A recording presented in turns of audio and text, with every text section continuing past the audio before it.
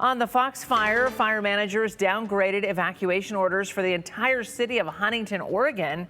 However, the BLM says the Fox fire still not contained. Abby Wilt is live there this morning for us. Abby, tell us what you're seeing out there. It looks like a lot of wind and a lot of smoke in the air.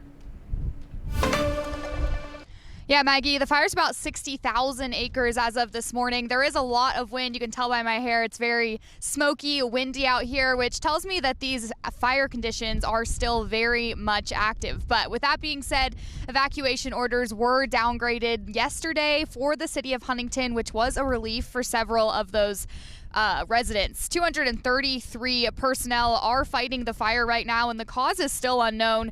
It started about 12 miles northeast of Huntington. Huntington's now on level 2 B set evacuation status, but much of the surrounding area is still on level 3, which means go now. That includes areas north of Manning Creek, south of Iron Mountain Road, and west of Little Lookout Mountain. This comes just 2 years after the Durkee fire, which also put the entire town of Huntington on level 3 evacuation notices. Similar to last time, the city says many residents stayed.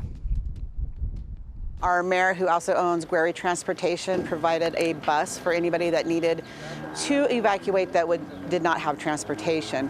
However, being a small community, very few people did actually evacuate. I'd say probably a good 80% of the population stayed in place during this evacuation. And since the Durkee fire, city leaders say they've taught people how to prepare by keeping a good burn line, watering their yard when it's not super hot out. And flames did come right up to people's properties yesterday, but they did not damage any houses.